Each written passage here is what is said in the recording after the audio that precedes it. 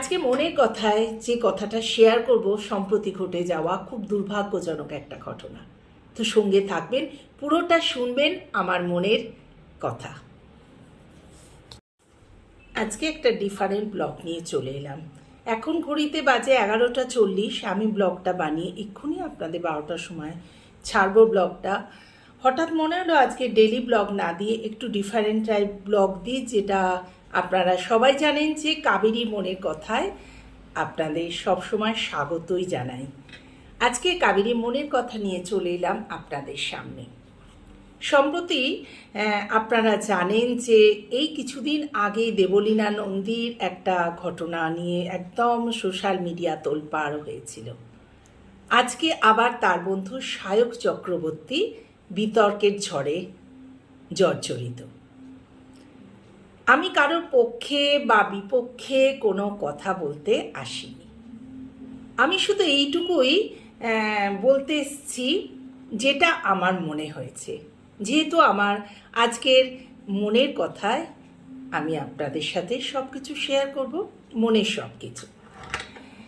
কাল থেকেই দেখছি স্ক্রল করতে করতে খালি এসে যাচ্ছে সায়ক সায়ক সায়ক সায়ক চক্রবর্তী। আপনাদের কারোর অজানা নয়, একজন অভিনেতা প্লাস কন্টেন্ট ক্রিয়েটার, খুবই নামকরা। যেটা ঘটেছে সেই ঘটনার ব্যাখ্যা আমি দিতে চাই না, কিন্তু একটা কথা আপনাদের কাছে রাখতে চাই, প্রশ্ন করতে চাই, আমাদের কি কোনো বাক স্বাধীনতা নেই?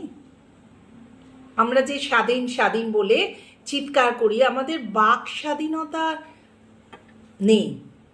তাহলে কি করে আমরা বলি আমরা স্বাধীন?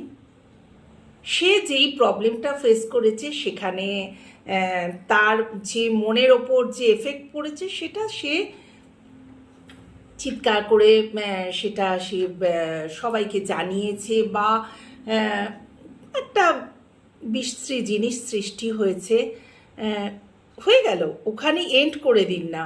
সবার স্বাধীনতার ভেতর হস্তক্ষেপ না করাই ভালো। হ্যাঁ, আমাদের ভিডিও ছেড়েছে, দেখেছি, ঠিক আছে, দ্যাটস ইট। বাট আমি যেই জন্য আজকে ভিডিওটা অন করলাম, এইটা দেখার পর থেকে বাপরে, নিজেদের বন্ধুত্ব সব কি বলবো, বন্ধুত্বের ভারে যে জর্জরিত ছিল, এত বন্ধু ছিল চারিদিকে, সেই বন্ধুরা সব পাশ থেকে সরে গেল। এটাই কি আসল বন্ধু? বন্ধু তো বিপদের সময় পাশে থাকে, সে কম বেশি যাই হোক, খারাপ ভালো যাই হোক, কিন্তু ও দেখুন সব সময় চারিদিকে সবার কথা শুনেও কিন্তু দেবলীনা নন্দীর পাশে ছিল। যাক, আমি সে কথায় আসছি না। আসল কথা হচ্ছে আমাদের কোনো স্বাধীনতা নেই, এটা সবাই কিন্তু মেনে নিন। এই যে ওর যে ব্যাপারটা ঘটেছে, খাওয়ার ব্যাপারটা, যেটাতে ও বেশি করে রিয়্যাক্ট করে ফেলেছে, সেই রিয়্যাক্টটা ও ভিডিও করেছে। আর হ্যাঁ, ও বাজারেও ছেড়েছে, মানে সোশ্যাল মিডিয়াতেও ছেড়েছে। সঙ্গে সঙ্গে ঘিরে থাকা যে বন্ধুত্বের কি বলবো সংখ্যা একদম ঝাঁপিয়ে পড়লো তার ওপর। তার ভিতর তো সিরিয়ালের বন্ধুরা বেশি।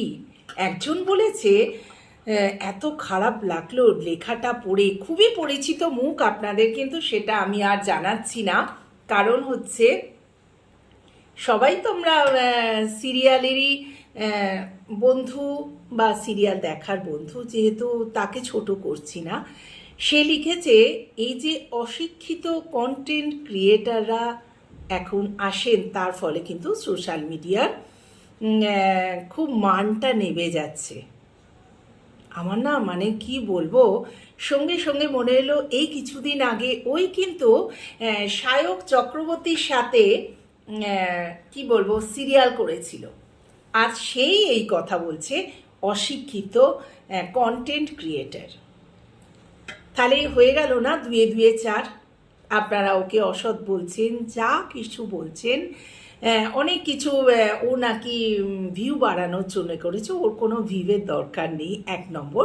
আর 2 নম্বর হচ্ছে কি বলবো, সবার যে মনে যে চাপা ওর ওপর রাগটা ছিল, একটা পয়েন্ট পেয়ে গেছে, সেটা একবারে উগড়ে দিয়েছে। এত এত কমেন্ট বক্স পুরো ভরে গেছে। সায়ক, যদি আমার লাইভটা তুমি এই লাইভ বলছি, যদি আমার ভিডিওটা তুমি দেখতে পাও কোনো দিন, এবার বুঝতে পারছো? বন্ধুদের জন্যে যে তুমি জান দিয়ে দাও, বন্ধুদের পাশে থাকো, তোমার ভুল কি ঠিক আমি বিচার করছি না, তোমার পক্ষেও বলছি না, তোমার সপক্ষেও বলছি না, বিপক্ষেও বলছি না, কিন্তু আমি সব বন্ধুদের কাছে এটাই বলছি যে কারো যদি কোনো ভুল হয়ে থাকে সেখানে সবাই কিন্তু পাশে থাকা উচিত। সেটাকে নিয়ে আমার বন্ধুদের সময়ের অভাব নেই, জানেন। এত পড়াশোনা করে ওরা, কিন্তু বন্ধু যখন বিপদে পড়ে তখন একবারে সময় চারিদিকে একবারে গড়াগড়ি যায়, অঢেল সময়। কিছু বন্ধু তো পতাকা নিয়ে বেরিয়ে পড়লেন প্রতিবাদ জানাতে, ওকে গ্রেপ্তার করা হোক। হায় রে, আমাদের সমাজ একটা ছুতো, তার জন্য কিছু মানুষ অপেক্ষা করে থাকে, কারণ তাদের তো কাজ নেই, কাজ কারবার তারা লাটে তুলে দিয়ে সব সময় বসে থাকে যে সবার পেছনে লাগার, কার কোনটা ভুল সেইটা নিয়ে ব্যাস একটা সভা ক্রিয়েট করা।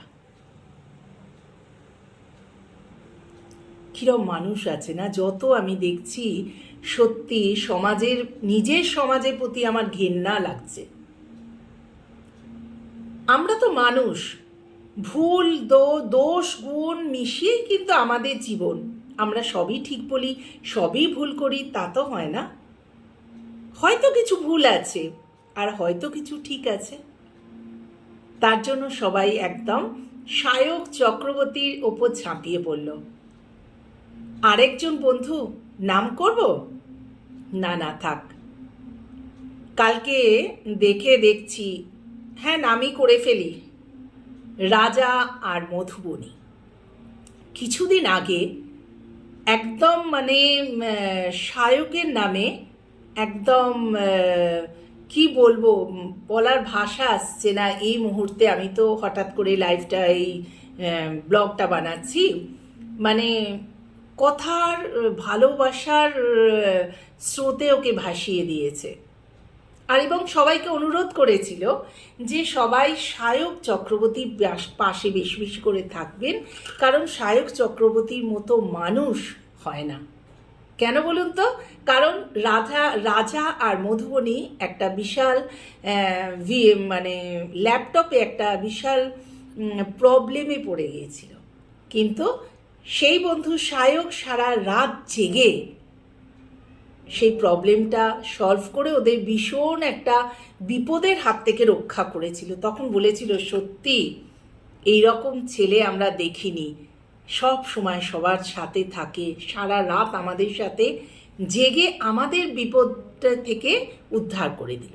আর তারাই আজকে বলছে নাম না নিয়ে অনেক বড় বড় কথা। তাহলে বুঝতে পারছেন যে আমরা যে বলি খুব ভালো বন্ধু বন্ধু বন্ধু চাই, সবই এখনকার দিনে বন্ধুত্বের সংখ্যা, ভালো বন্ধুত্বের সংখ্যা কতটা কমে গেছে। সবাই বন্ধু হিসেবে থাকে পাশে, আর পেছন থেকে ছুরি মারে শত্রু হিসেবে যখন সে বিপদে পড়ে। ঠিক আছে, তোমরা যদি সাহায্য নাই করতে পারো, কিন্তু কটূক্তি করো না। সে এখন করে নিশ্চয়ই ভাবছে যে আমি হয়তো ঠিক করেছি কি ভুল করেছি, আমি তো তার মনের ভেতর ঢুকিনি, কিন্তু তার পাশে অন্তত বন্ধুত্ব রক্ষার চেষ্টা করো, পাশে থাকার আর কি। একবারে সিরিয়ালে টলিউডের সব নায়ক নায়িকা নামি নামি শিল্পীরা ভেঙে পড়েছে তাদের বক্তব্য জানাতে, কারণ তারাও তো জানছে যে আমরা যে এই যে এর বিরুদ্ধে কারেন্ট টপিক না, এর বিরুদ্ধে আমরা যে এই কথাগুলো লিখছি তাতে আমাদেরও প্রচুর প্রচুর ভিউ বাড়ছে। আবার বলছি, হয়ে গেল না 2 2 4, কেউ স্বার্থ ছাড়া চলে না। সায়ক, এইটা তুমি কিন্তু সব সময় মনে রেখো, একটু নিজের দিকে দেখো আর সতর্ক থেকো, ভালো থেকো, সুস্থ থেকো।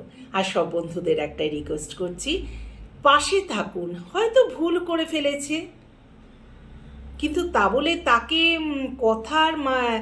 কথার কি বলবো, বাঁধনে বিধিয়ে বিধিয়ে তাকে একদম ঝাঁঝরা করে ফেলবেন না। কিসের বন্ধুত্ব, কিসের মনুষ্যত্ব আপনাদের? তাহলেই বুঝতে পারছেন, আপনারা একটা ফাঁক খুঁজে চেষ্টা করছিলেন যে কোনো একটা ব্যাপার পেলেই সেখানে ঝাঁপিয়ে পড়ব। একটুখানি সচেতন হন বন্ধুরা, সবাইকে বন্ধু করে নেবেন না, সেটা আমিও ভাবি আর আপনারও ভাবুন। চলুন এই পর্যন্ত রাখছি আমার ভিডিওটা। না, আপনারা ভাববেন আরে তুমি করছো মানে তোমার ভিউ বাড়ছে। আমার কোনো ভিউ নেই, আমি খুব সাধারণ একজন ইউটিউবার। আমার ভিউ বাড়াবার কোনো ইচ্ছা নেই, শুধু মনে যে কথাগুলো জমে রাগ বলার চেষ্টা করি, সেটা আপনাদের সাথে একটু শেয়ার করি। এই চলুন, দেখবেন কিন্তু। টাটা।